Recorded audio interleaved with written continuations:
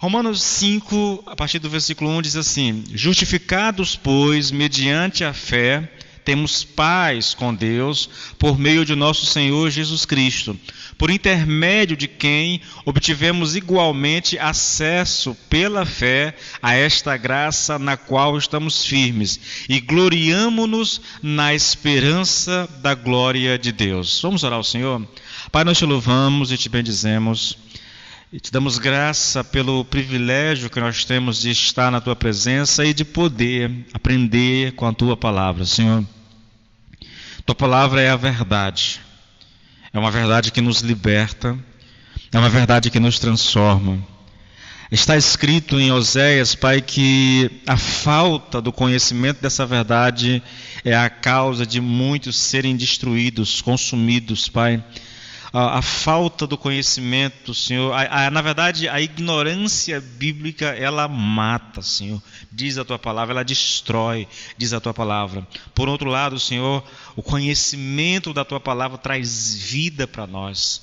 E eu louvo ao Senhor, Pai, por todas as pessoas que têm no coração o desejo de conhecer a palavra, o desejo, Senhor, meu Deus, de aprender por meio da Tua palavra, Senhor, aos caminhos do Senhor, a orientação do Senhor para as nossas vidas. Então eu quero pedir que o Senhor abençoe as pessoas que estão agora online, Senhor, aquelas que chegarão durante a mensagem, aquelas que ouvirão essa mensagem num outro momento, Senhor, que Tu possas abençoar essas pessoas, Pai, e que cada vez mais o coração dessas pessoas anele por conhecer a Tua palavra, no nome do Senhor Jesus, Pai.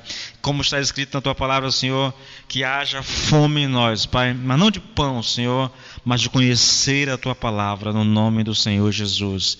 Amém, Senhor, e amém. Queridos, olha só, aqui nós chegamos aqui no capítulo 5 e aqui nós iniciamos uma nova sessão nesse capítulo, tá? Uma nova sessão. Nós começamos uma no capítulo 1, versículo 16, concluímos ela praticamente no capítulo 4, tá bom? E aqui nós iniciamos uma outra sessão. A sessão anterior tratava de salvação, né? Do homem debaixo da ira de Deus, daquilo que Deus fez para livrar o homem da sua própria ira, né? A justificação pela fé. Uma vez estabelecida a salvação pela fé naquilo que Cristo fez, então chega a hora de nós falarmos de certeza de salvação, tá? E é isso que nós vamos trabalhar aqui. A questão toda aqui, querido, é como que nós devemos interpretar essa sessão que está começando agora. E eu faço essa pergunta e vou respondê-la porque existem algumas maneiras diferentes de interpretar aquilo que nós vamos estudar aqui, tá? Eu vou te dar, de maneira muito geral, três tipos de abordagem a respeito dessa sessão que começa no capítulo 5 e vai até o capítulo 8, tá bom? Olha só, existem alguns estudiosos, queridos, que dizem que nos 11 primeiros versículos deste capítulo 5, o apóstolo nos apresenta as bênçãos decorrentes da salvação da justificação pela fé. Aí, eu lendo o comentário do Augusto Nicodemos, ele descreve aqui, pela leitura que eu fiz, ele descreve 7 bênçãos decorrentes da justificação pela fé. Eu tenho elas aqui na minha frente. A primeira é a paz com Deus, né? A segunda é o acesso à graça de Deus. A terceira é a capacidade de nos alegrarmos pela glória de Deus. A quarta, de nos alegrarmos nas tribulações. São bênçãos diferentes. E essa aqui era a minha dúvida, se é uma bênção só, se são bênçãos diferentes. Eu classifiquei como bênção diferente. Uma, a capacidade de nos alegrarmos pela glória de Deus, é uma bênção. E a capacidade de nos alegrarmos nas tribulações, é uma outra bênção, tá? A quinta bênção é a certeza do amor de Deus por nós. A quarta é a certeza da salvação. A sexta, na verdade, e a sétima é a possibilidade de nos gloriarmos em Deus mediante Jesus Cristo, tá? Aí, eu estou trazendo isso aqui como exemplo, tá bom? Mas essa é uma abordagem. Essa abordagem, ela tem uma maneira diferente de ver essa sessão. Eu descrevi a você como é que essa abordagem vê os primeiros 11 versículos do capítulo 5. Agora, do 12 Depois aqui do versículo 12, né, ele dá início aqui à grande questão da santificação, e ele continua tratando desse assunto até o versículo 13 do capítulo 8. Novamente, eu estou citando uma maneira de se interpretar esta seção que vai do capítulo 5 até o 8. Né? Daí em diante, depois do versículo 13 do capítulo 8, até o final do capítulo, ele mostra mais alguns resultados e consequências desta doutrina da justificação, levando à glorificação final e ao nosso triunfo sobre todas as provações e tribulações. É quando nós chegamos lá onde Paulo diz: nada nos separará do amor de Deus, nem vida, nem morte, nem presente, nem futuro, nem anjos, nem demônios, nada pode nos separar do amor de Deus. Então termina com esse grande finale aqui, entendeu? Bom, essa é uma maneira de entender. Veja como é que está escrito, querido. Primeiro, nós temos as bênçãos decorrentes da salvação, da justificação. Depois, do versículo 12 até do capítulo 5, versículo 12, até capítulo 8, versículo 13, nós temos nesse espaço todinho aí uma só sessão tratando da santificação. E o restante do capítulo 8 trata de mais consequências, de mais resultados da doutrina da justificação. Tá bom? Uma outra maneira de ver isso é muito parecido, muito semelhante a essa que eu coloquei para vocês, tá?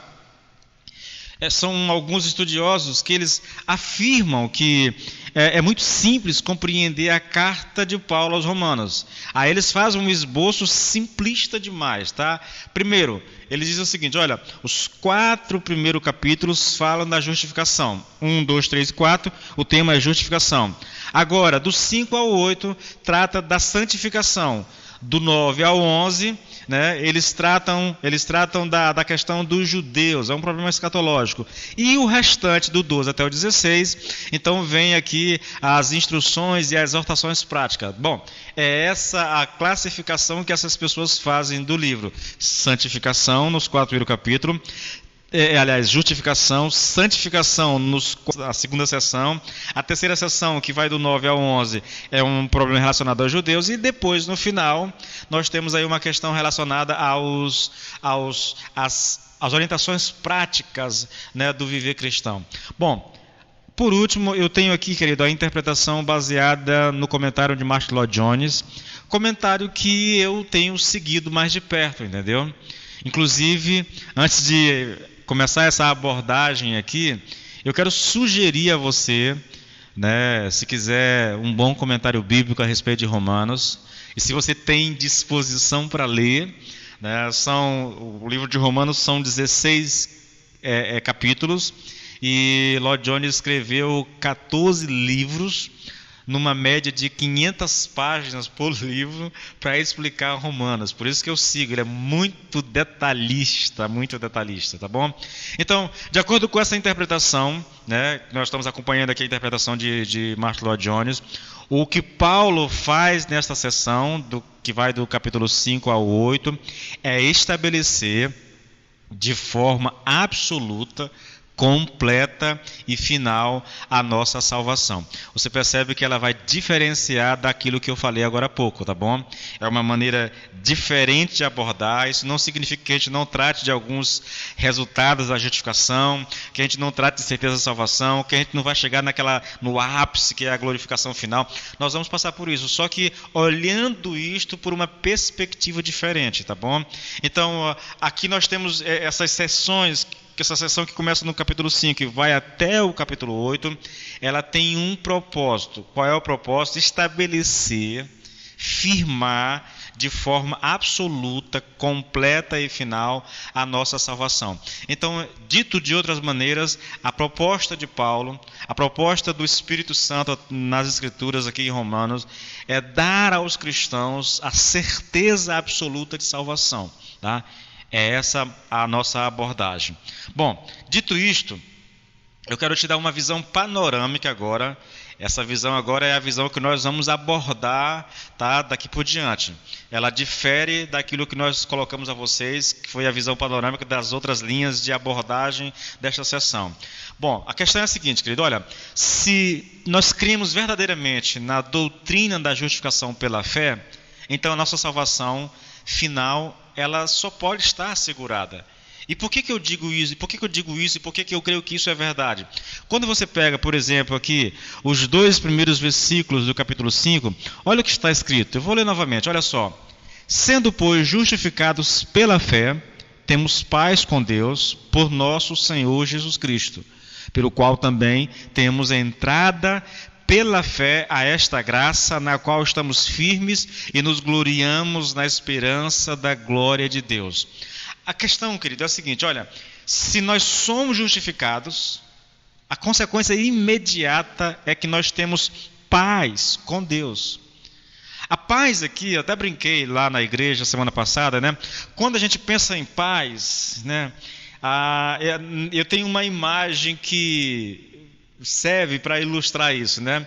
Eu me imagino, por exemplo, numa chácara, né, diante de um lago, com aquela brisa soprando muito levemente, um silêncio absoluto, sabe, que você ouve ali o canto dos pássaros. Então, quando a gente pensa em paz, eu penso num ambiente assim, sabe, essa calmaria que alcança o nosso coração.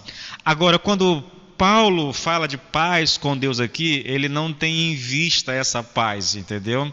A paz aqui, querido, é a nossa relação. Se nós somos justificados com Deus, isso significa que a nossa relação com Deus foi consertada. Antes de conhecer a Cristo, nós éramos inimigos de Deus. E por que nós éramos inimigos de Deus? Porque nós vivíamos em guerra contra Deus. A pessoa que não conhece a Cristo, ela adota como guia da sua vida a sua própria vontade, entendeu? Então ela vai satisfazer os desejos do seu coração, os seus prazeres. Ela ignora completamente, ela rejeita completamente a vontade de Deus. Na verdade, ela vive quebrando esses mandamentos de Deus. Então ela se coloca numa situação em que ela entra em guerra com Deus, porque Deus tem uma vontade absoluta, perfeita, e nós temos a nossa. E porque nós vivemos a nossa, nós rejeitamos completamente a vontade de Deus, afrontando a vontade de Deus. Por isso, estamos em guerra contra Deus, entendeu? A paz aqui é essa reconciliação com Deus. Em Cristo, lá na cruz, nós somos reconciliados com Deus. Agora nós não somos mais inimigos de Deus, agora nós somos amigos de Deus. Estamos em paz com Deus, estamos de bem com Deus, tá bom? É nesse sentido. Nós vamos abordar isso semana que vem, quando nós formos mergulhar no texto, e aí a gente vai tratar disso. Bom, veja, olha como é que segue. Eu estou te dando uma abordagem geral, tá bom?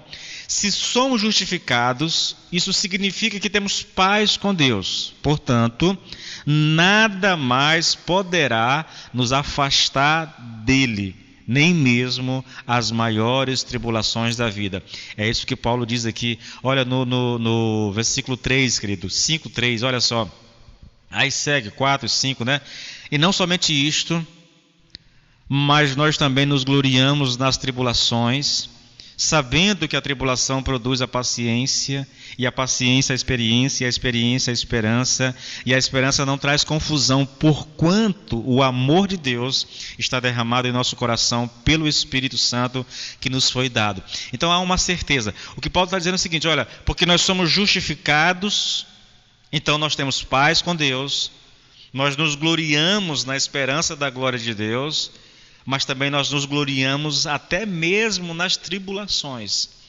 Então nada pode nos separar desse amor, querido. Porque até as tribulações da vida é motivo para nós nos gloriarmos. Diante de uma afirmação assim, querido, tão extraordinária, tão excepcional, o apóstolo passa a demonstrar como é que isso é possível, né? Como é que eu posso ter essa certeza, entendeu? E a questão também é a seguinte, olha, por que uma vez justificado, nada pode nos separar do amor de Deus? E a resposta de Paulo, de maneira geral, por causa do amor e do caráter de Deus. Ele diz isso nesses versículos que vão do 6 até o 11. Olha como é que Paulo coloca, a pergunta é, por que nós, uma vez justificados, nós não seremos mais separados do amor de Deus? Paulo diz: porque Cristo, estando nós ainda fracos, morreu a seu tempo pelos ímpios. Porque apenas alguém morrerá por um justo, pois poderá ser que pelo bom alguém ouse morrer, mas Deus prova o seu amor para conosco, em que Cristo morreu por nós, sendo nós ainda pecadores. Logo, muito mais agora, sendo justificados pelo seu sangue, seremos por ele salvos da ira. Porque se nós, olha só, querido, e é aqui que está a grandeza dessa argumentação de Paulo, porque se nós, sendo inimigos, fomos reconciliados com Deus pela morte de seu Filho, muito mais, estando já reconciliados, seremos salvos pela sua vida. E não somente isto, mas também nos gloriamos em Deus por nosso Senhor Jesus Cristo, pelo qual agora alcançamos a reconciliação. Veja, antes de conhecer Cristo, nós éramos inimigos, porque se nós, sendo inimigos, fomos reconciliados, entendeu? Então, quando você era inimigo, quando eu era inimigo de Deus, ele me reconciliou. Bom, desculpe, se ele fez isso quando eu era inimigo, querido, agora que eu sou filho, agora que eu sou amigo, agora que eu fui reconciliado, não pode mais, entendeu? Irmãos, deixa eu tentar colocar isso para você. Alguém disse lá na igreja na semana passada, né? A gente até compreende isso, mas é algo tão bom, é algo tão interessante, é algo tão profundo, que é difícil de aceitar. Porque a ideia é a seguinte: quando eu vivia como inimigo, fazendo a minha vontade, quebrando os princípios, os decretos, os mandamentos de Deus, satisfazendo os meus prazeres, se nessa condição Deus me salvou, enviou Cristo para morrer por mim, bom, agora que eu fui alcançado, agora que eu fui reconciliado, agora que eu sou salvo, agora que eu sou amigo, Deus vai me rejeitar? E a resposta é absolutamente não, querido. Mas ouça isso nas palavras de Lloyd Jones. Ele diz assim: olha, se você sabe que está justificado diante de Deus mediante a morte e a ressurreição de Jesus, de Cristo, sua salvação está completa e garantida. E por que ele diz isso? Se Deus fez aquilo, a obra máxima, o que é aquilo, querido? O que é essa obra máxima? Enviar Jesus Cristo para morrer numa cruz. Então, se Deus enviou Cristo para morrer numa cruz por você, quando você era inimigo, não poderá deixar de fazer as coisas menores, necessárias para garantir a nossa salvação e total libertação do pecado em todos os seus aspectos e forma, e a nossa glorificação final. O argumento é simples, irmãos, muito simples, muito simples. De onde vem a certeza? Eu sei, há muitos pregadores, homens de Deus, homens que eu respeito, que eu tenho consideração. Eu poderia citar aqui Luciano Subirá, um mestre da palavra, mas nesse aspecto ele difere da gente, entendeu? Ele difere de mim, de todos aqueles que seguem essa teologia mais reformada, entende? Ele não acredita nessa certeza de salvação dessa forma, entendeu? Eu acredito que uma vez que a pessoa foi justificada, ela não perde mais a salvação. Eu sei que isso é perigoso, nós vamos tratar disso aqui, tá? A gente vai tratar disso de maneira muito clara e até de maneira muito prolongada lá para frente, tá bom? Mas a questão é, se Deus enviou Cristo para morrer por mim quando eu era inimigo, bom, querido, Ele me reconciliou. Eu era inimigo, Ele me reconciliou. Ele me deu vida, Ele me fez amigo, Ele me trouxe para perto. Agora, perto, vivendo como filho, mesmo que aqui e acolá tropeçando, Ele vai me rejeitar? É essa a argumentação, entendeu? Bom, os versículos seguintes, queridos, que vão do 12 ao 21, tem sido a causa de muitas discussões teológicas, tá bom? Mas de acordo com a interpretação que nós estamos seguindo, o que nós temos aqui é a continuação da certeza de salvação. Paulo continua falando dessa certeza de salvação. Como diz Lloyd Jones, tá bom? Não há certeza maior e mais definitiva da nossa salvação do que a nossa união com Cristo, e é exatamente esta a proposição principal de Paulo nesses versículos aqui que começam do versículo 12 e vai até o 21. Bom, a ideia é a seguinte, só para você ter uma noção geral, eu não vou ler toda a sessão porque é longa, eu vou ler só o final. Mas a ideia é a seguinte, querido, antes nós estávamos em Adão, portanto, estávamos mortos espiritualmente, mas uma vez justificados, recebemos nova vida e agora somos novas criaturas. Isso significa que não estamos mais em Adão, mas em Cristo, o segundo Adão. É uma questão teológica, eu não vou entrar aqui nessas coisas. Os teólogos usam um termo específico para isso, né? Eles chamam Adão de o primeiro cabeça federal, o cabeça da humanidade, entendeu? E Cristo é esse segundo cabeça. A humanidade, de acordo com essa teologia paulina aqui, ela é dividida em duas classes, os que estão em Adão e os que estão em Cristo. Se você está em Cristo, você não pode mais estar em Adão. Se você está em Adão, você não pode estar em Cristo, ou em Cristo ou em Adão, entendeu? Por isso, nós dividimos a humanidade nessas duas categorias. A questão é que Paulo passa a dizer, querido, que daqui por diante, aqueles que foram justificados estão em Cristo. A ideia é assim, funciona mais ou menos assim, olha, o homem que é justificado pela fé é o homem que está em Cristo. E visto que ele está em Cristo, a sua salvação final está garantida, entende? É essa a argumentação dessa sessão todinha. Eu vou ler o final, os versículos 19, 20 e 21, porque eu quero mostrar a vocês que esse pensamento de Paulo é um pensamento que tem dado muita margem para equívocos, para interpretações totalmente errôneas, entendeu? E acredito sinceramente que muitos pastores que estão na linha de frente não conseguem trazer isso para a realidade das suas igrejas, porque eles pensam que se pregarmos isso, nós daremos às pessoas a possibilidade de pensar que elas podem viver de qualquer jeito e mesmo assim serão salvas. Olha só, por que eu estou dizendo isso? Eu vou ler só o final da sessão. Começa do versículo 12 e vai até o 21. Eu vou ler só o do 19 até o 21.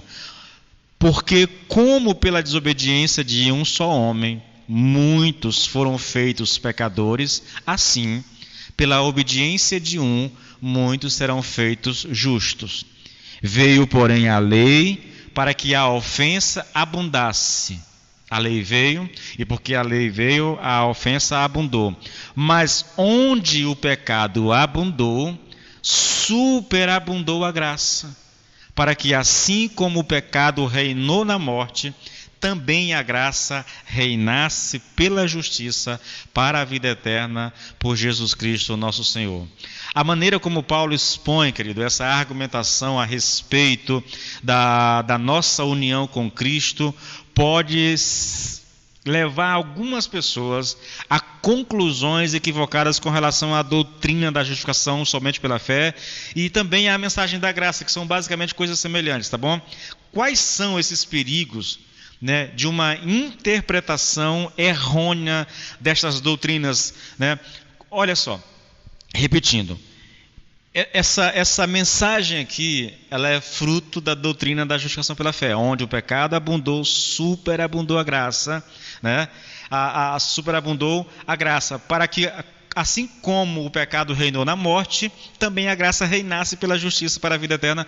Então a questão é a seguinte, querido, esse pensamento de Paulo vai levar as pessoas a questionamentos que podem distorcer tudo aquilo que Paulo está tentando dizer. Eu vou já te mostrar isso no primeiro versículo do capítulo 6, nós temos isso de maneira muito clara, tá bom? Mas antes, querido, olha só, quais são os perigos que uma interpretação errônea com relação a essas doutrinas, da doutrina da justificação somente pela fé e também da doutrina da graça? Quais são os perigos de uma interpretação equivocada em relação a essa doutrina? Primeiro, elas podem sugerir que quanto mais pecamos, mais graça receberemos. Olha o que o texto diz aí, olha, onde o pecado abundou, superabundou a graça. Rapidinho, só para você ter uma noção, deixa eu abrir aqui, querido. Olha como isso é levado adiante, querido, pelas pessoas. Olha, que diremos, pois? Permaneceremos no pecado para que a graça seja mais abundante? Isso aqui é uma pergunta feita por causa dos últimos 2 versículos do capítulo 5. Paulo diz, onde abundou o pecado, superabundou a graça. Bom, se é assim, Paulo, então o que nós vamos fazer? Nós vamos continuar no pecado para que a graça continue crescendo? Está vendo? E Paulo vai tratar disso, querido, e esse é um dos capítulos assim mais importantes da Bíblia, irmãos. Mas deixa eu voltar aqui para o nosso texto, tá bom? O primeiro perigo é que essas doutrinas podem sugerir que quanto mais pecamos, mais graça receberemos. A pergunta lá diz respeito a isso, tá? O segundo perigo, querido, é o de tornar a lei algo inútil e desnecessário. Olha o versículo 20. Veio, porém, a lei para que a ofensa abundasse, mas onde o pecado abundou, superabundou. Eu vou já tratar disso também, tá bom? É por isso, querido, que eu acredito que esses capítulos 6 e 7, eles foram escritos para tratar de 2 objeções, tá? 2 objeções. Vou tentar colocar isso da seguinte forma. Só ver se eu não estou adiantando aqui meus pensamentos, porque às vezes eu adianto os pensamentos, querido. É uma coisa que eu me perco muito. Olha só, Paulo vai falar da certeza de salvação, capítulo 5. Mas quando ele fala da nossa união com Cristo, e ele vai afinar essa argumentação sobre a nossa união com Cristo, versículos 20 e 21 do capítulo 5. Então, ao dizer isso, ele imagina que quando essa carta estiver sendo lida lá em Roma, as pessoas vão perguntar, mas espera aí, Paulo, está querendo dizer então que se a mensagem é essa, então nós vamos continuar pecando cada vez mais para que a graça continue abundando? Ou então quer dizer que a lei não tem utilidade nenhuma? Aí ele faz uma pausa na sua argumentação sobre a certeza de salvação, responde a essas 2 questões, capítulo 6 ele trata da questão da primeira questão, o 7 da segunda, e aí quando chega no 8 ele volta para a sua argumentação. É assim que eu vejo, é assim que eu leio, tá, esses capítulos. Mas olha só, veja como é que começa o capítulo 6, versículo 1. Que diremos então? Continuaremos no pecado para que a graça aumente ainda mais? Eu vou te mostrar como é que funciona esse tipo de equívoco, irmãos. Esse tipo de pensamento. É mais ou menos assim. Olha a argumentação. Se a justificação e a união com Cristo nos garantem de uma vez por toda a salvação, e nada mais pode nos afastar dessa salvação, se onde abundou o pecado, superabundou a graça, então isso só pode significar que não importa mais como vivemos. Portanto, podemos fazer o que quisermos na certeza de que a nossa salvação não será comprometida. É esse tipo de pensamento que brota na mente de algumas pessoas ao ler esses versículos aqui, essas doutrinas da salvação somente pela fé, da graça, como elas são pregadas por Paulo, entendeu? Esses pensamentos vêm à tona. Eu quero dizer a vocês, querido, que isso ainda é comum hoje em dia, entende? Eu conheço pessoas em pleno século XXI que, mesmo vivendo uma vida toda torta, ele acredita que é salvo. Pastor, está escrito, né? Uma vez salvo, embora isso não esteja escrito dessa forma, entendeu? Isso são deduções que nós fazemos. Por exemplo, o que nós estamos tratando aqui é dessa certeza de salvação. Mas a Bíblia não diz que uma vez salvo, salvo para sempre. Ela nos leva a esse tipo de deduções. Tá, eu considero isso como um fato, tá bom? Porque as deduções nos levam para isso. A questão minha é sempre essa. E eu disse para um colega meu um tempo atrás, né? Tudo bem, querido. Eu não vou discutir isso contigo, eu não vou dizer que isso está errado. O problema é que a Bíblia que ensina isso, né? Por dedução, pela lógica, nós chegamos a esse tipo de conclusão. Essa Bíblia também diz como vivem esses cristãos que foram salvos pela graça. A questão é, você vai avaliar a sua vida e ver se a sua vida condiz com aquilo que a Bíblia diz. Porque senão fica aquela questão, né? Eu creio nessa parte aqui porque ela me interessa, mas essa outra aqui eu não quero saber não, porque ela é muito ofensiva. Ela põe sobre minhas costas muita responsabilidade. Então isso eu não quero não. Eu só quero aquilo que é bom. Não. Ou eu creio na Bíblia como um todo, ou então é melhor nem lê-la, entendeu? Porque não dá para escolher aquilo que eu vou crer. Não dá para fazer isso. Bom, dito isso, querido, vamos andar um pouquinho. A questão, querido, para esse tipo de pergunta, né? Qual é a resposta que Paulo dá para um equívoco assim tão gigantesco, né? Olha o versículo 2. Eu vou ler novamente os versículos 1 e 2 juntos agora, para você ter uma noção, para ver como é que soa, né? Olha só. Que diremos, pois? Permaneceremos no pecado para que seja a graça mais abundante? Paulo responde: de modo nenhum, de maneira nenhuma, jamais. Isso é impensável que um crente chegue a conclusões como isso. Porque como viveremos ainda no pecado, nós, os que para ele morremos? Porque se você está em Cristo, você morreu para o pecado, querido. Irmãos, eu estou ansiando para chegar a esse capítulo 6. Vai ser um grande teste para mim, sabe? Vou ser muito franco com vocês. Eu leio e eu digo: Senhor, será que eu vou ser capaz de conseguir explicar isso aqui? Mesmo com toda a ajuda. Olha, eu tenho aqui no meu computador, aqui na minha frente aqui, eu tenho o Lloyd Jones, eu tenho a Charles Rodge, eu tenho aqui o Augusto Nicodemos, né? O Sproul, eu tenho aqui Calvino. Gente, o John Moore, é tanta gente, o Stott, está todo mundo aqui. Mas eu me pergunto se eu vou conseguir transmitir isso, querido, de maneira fiel a você. Entende? Pelo menos aquilo que eu absolvo para mim, talvez eu consiga transmitir a você. Mas é porque é algo tão profundo, irmãos, tão profundo, né? E nós vamos gastar muito tempo na nossa ministração quando nós chegarmos no capítulo 6. Na verdade, esse capítulo 5 vai consumir de nós muito tempo, tá? Mas eu não tenho pressa não. Vamos andar um pouquinho, tá bom? Então, olha só. Quando nós chegamos ao capítulo 7, Paulo começa a tratar da objeção relacionada à lei, tá? E a questão aqui é saber qual é o real objetivo da lei. O objetivo da lei, querido, é simplesmente mostrar a nossa necessidade, a nossa real necessidade de salvação, a nossa completa incapacidade de obter salvação. A lei nunca foi dada com a intenção de salvar alguém, entendeu? Se alguém pensa que pode ser salvo porque ele conhece a lei e ele consegue obedecer algumas coisas, tá louco, querido, você não consegue. Ninguém nunca conseguiu.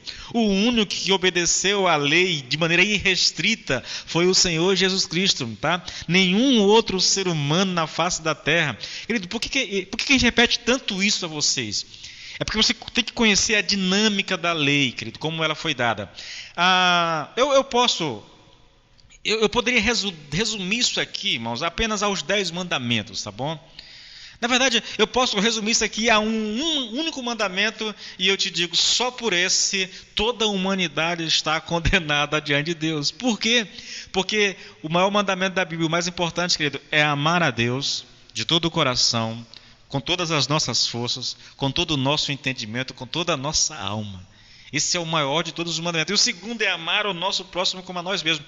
Isso basta, irmãos, para condenar toda a humanidade ao inferno. Porque nenhum ser humano na face da terra consegue obedecer esses 2 mandamentos satisfatoriamente. Entendeu? A ideia da lei, querido, é a seguinte: você tem que ser perfeito, nunca errar. É nascer e morrer sem nunca cometer um erro, entendeu? Essa é a proposta da lei. Tiago diz: se você quebrar um só dos mandamentos, você é responsável por ter quebrado todos os outros. Essa é a dinâmica da lei. Por isso ninguém é salvo por obediência à lei. Somos salvos pela graça. Somos salvos por causa do sacrifício do Senhor Jesus Cristo na cruz do Calvário. A lei tem uma função específica: trazer ao ser humano, dar ao ser humano uma noção real do seu pecado, da sua necessidade de salvação. Olha, querido, isso já foi dito aqui no capítulo 3, isso também é dito no capítulo 3 de Gálatas. Deixa eu ler aqui duas passagens, uma em Romanos e uma em Gálatas, só para te mostrar isso. Olha só, em Romanos 3, versículo 19 e 20, diz assim: ora, sabemos que tudo o que a lei diz é dito aos que vivem sob a lei, para que toda boca se cale e todo mundo seja culpável diante de Deus. Porque ninguém será justificado diante de Deus por obras da lei, pois pela lei vem o pleno conhecimento do pecado. É só isso. A lei tem essa função, te dar pleno conhecimento do seu pecado. Não terás outro Deus diante de ti.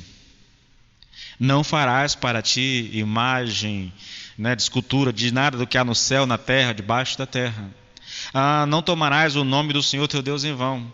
Guardarás um dia de descanso. Honrar pai e mãe. Não matar, não adulterar, não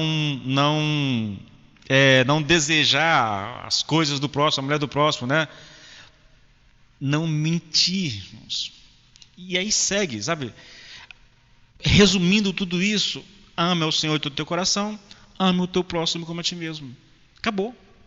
Quem é o ser humano que consegue viver isso? Nós tentamos, irmãos. Mesmo os cristãos, nós tentamos. Nós nos esforçamos. Conseguimos viver dias de bênção na presença do Senhor, alegres com o Senhor, orando, lendo a palavra, mas aqui e acolá a gente, dá um tropeção e faz uma besteira. Voltamos para Cristo, confessamos os nossos pecados, nos arrependemos dele e recebemos o perdão de Deus. E continuamos a nossa caminhada, entendeu? Bom, olha o Gálatas 3, 24. Eu vou pular isso aqui, tá bom, querido? Os capítulos 6 e 7, eles são um parêntese, uma interrupção do argumento principal para tratar dessas duas importantes objeções, dificuldades. Uma com relação à graça, uma com relação à lei. Tá? Uma vez que essas objeções foram resolvidas, Paulo volta para o seu tema principal. Observe como é que começa o capítulo 8. Olha o versículo 1, só o versículo 1. Agora, pois, já não existe nenhuma condenação para os que estão em Cristo Jesus. Observe aqui a expressão em Cristo Jesus, querido. Ele volta para a sua argumentação. Deixa eu tentar colocar isso da seguinte forma. Eu vou deixar esse texto aqui. Eu vou aqui para Gálatas 5. Vou pegar o finalzinho do capítulo. E vou tentar ler ele, querido, na sequência junto com o capítulo 8. Tá bom? Eu estou aqui, no 5 que eu quero. Olha só. A lei veio para que aumentasse a ofensa, mas onde aumentou o pecado, aumentou muito mais a graça de Deus, a fim de que, como o pecado reinou pela morte, assim também a graça reinasse pela justiça que conduz à vida eterna por meio de nosso Senhor Jesus Cristo, por meio de Jesus Cristo nosso Senhor. Aí o texto emenda da seguinte forma: agora, já que isso é verdade, já que nós estamos em Cristo, agora, pois, já não existe nenhuma condenação para os que estão em Cristo Jesus. Entende? Há uma conexão.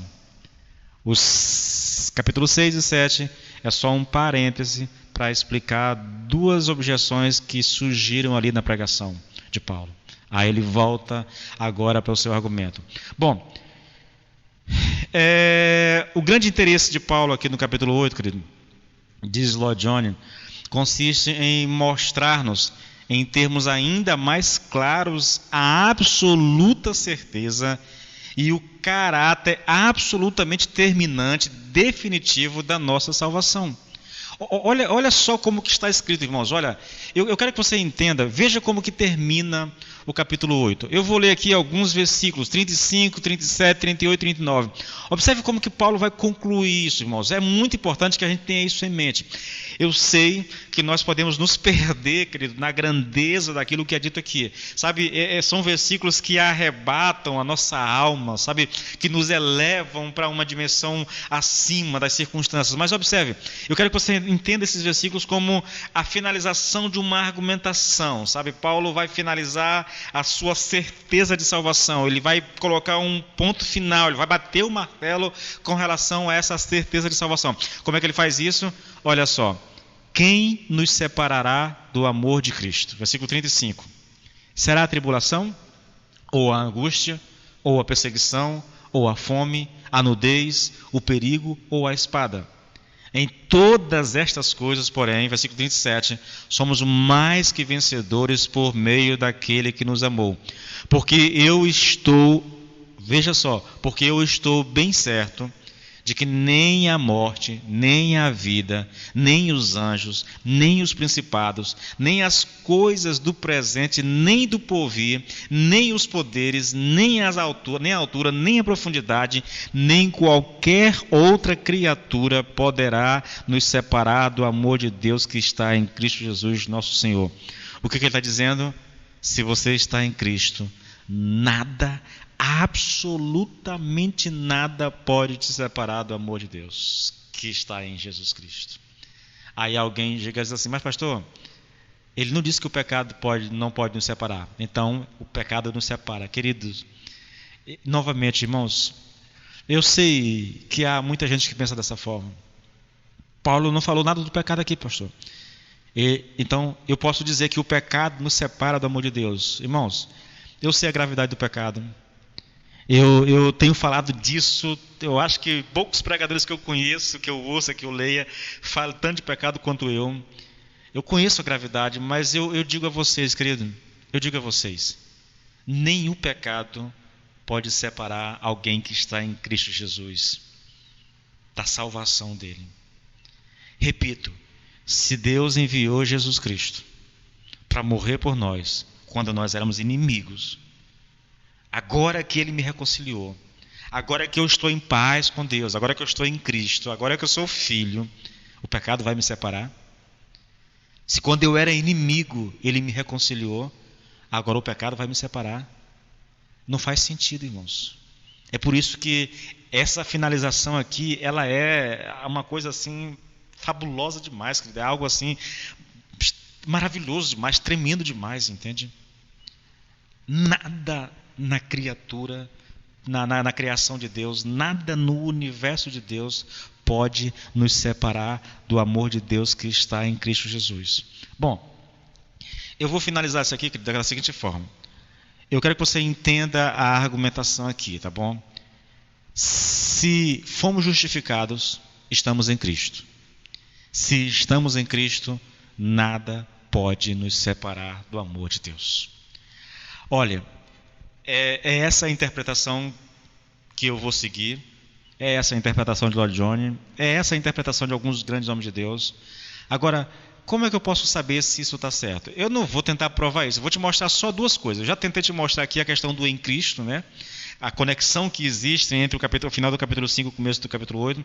Agora deixa eu te mostrar mais duas coisas aqui, rapidinho, querido, tá bom? E aí eu finalizo. Olha só, em Romanos 5, 1 e 2 está escrito assim: justificados, pois, mediante a fé, temos paz com Deus por meio de nosso Senhor Jesus Cristo, por intermédio de quem obtivemos igualmente acesso pela fé a esta graça na qual estamos firmes e gloriamo-nos na esperança da glória de Deus. O que chama a atenção aqui nesses versículos é que o apóstolo passa da justificação diretamente para a glorificação. Justificados mediante a fé, temos paz com Deus. E aí ele diz: por intermédio de quem obtivemos igualmente acesso pela fé a esta graça, na qual estamos firmes e nos gloriamos na esperança da glória de Deus. Então ele sai da justificação, vai para a glorificação.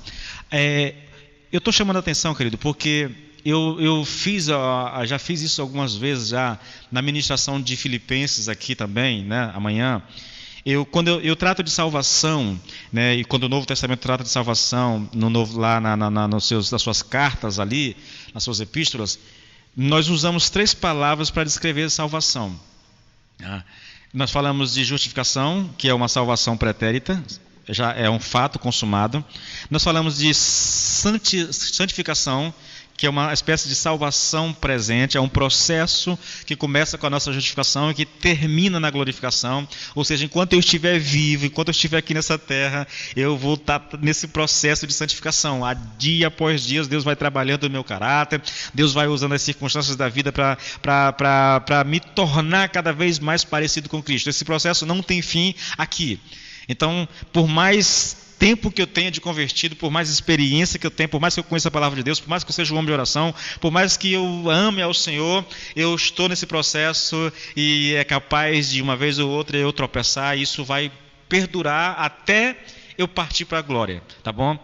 Então, santificação é o nome desse processo que é presente. E glorificação é aquilo que nós chamamos de salvação futura. É quando nós chegarmos diante do Senhor, que nós fomos completamente libertos de todo o resquício de pecado, querido. Porque nós estamos mortos para o pecado agora, ele não tem domínio sobre nós, mas ele habita o nosso corpo e nós estamos sujeitos a cair. Quando nós chegarmos lá, nada, absolutamente nada mais do pecado restará em nós. Então nós teremos um corpo glorificado e estaremos diante do Senhor, tá bom? Bom, por que eu estou falando disso? Porque Paulo aqui em Romanos 5, ele pula da justificação para a santificação. Ele faz a mesma coisa em Romanos 8. Olha que coisa interessante.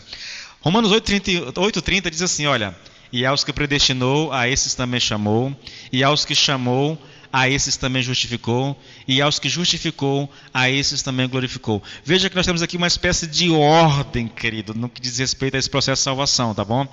Predestinação, né? Tem a ver com um pouco com a questão da eleição, isso aqui. Ele nos predestina, depois ele nos chama, depois ele nos justifica, depois ele nos glorifica. Veja que Paulo aqui pulou a ideia da santificação. Ele sai da justificação para a glorificação, coisa que ele faz também no capítulo 5, nos versículos 1 e 2. Isso nos leva a crer realmente que a argumentação é essa, e que os versículos capítulos 6 e 7 são apenas um parêntese para tratar de problemas, e ele não está tratando ali de santificação. Ainda que o assunto santificação esteja inserido ali, Paulo não está tratando especificamente disso, né? Ele está resolvendo ali algumas objeções com relação às doutrinas da justificação pela fé e da graça, tá bom, querido? Bom, dito isso, irmãos, eu vou praticamente encerrar isso aqui, tá? Eu queria dar a você uma percepção. Repetindo, querido, para que você fique gravado na sua mente o que nós vamos fazer. Nós vamos estudar essa sessão que começa no capítulo 5 e vai até o 8. 4 capítulos. Irmãos, se a gente chegar até o final, isso aqui vai requerer de nós, por baixo, isso pode ser desanimador para você, tá bom? Você não é obrigado a acompanhar, mas por baixo, nós vamos gastar aqui uns 2 anos, tá? Sem dúvida nenhuma. São capítulos excepcionais da Bíblia e que nós vamos tentar explorar o máximo que nós pudermos, querido. Até porque nós não temos um compromisso de terminar isso aqui há 2 meses, entendeu? Então nós vamos andar. Quanto mais a gente se expor, lembre-se, nós temos na terça-feira Filipenses. Eu vou estar postando aqui também as ministrações de domingo, tá? Então você pode acompanhar simultaneamente 3 livros da Bíblia: Romanos, Filipenses e Provérbios, tá? Isso eu creio seja bênção na vida de vocês, querido. Nos ajuda, nos dá uma percepção mais real das Escrituras Sagradas. Isso vai te ajudar na tua leitura, no entendimento da palavra de Deus, tá bom?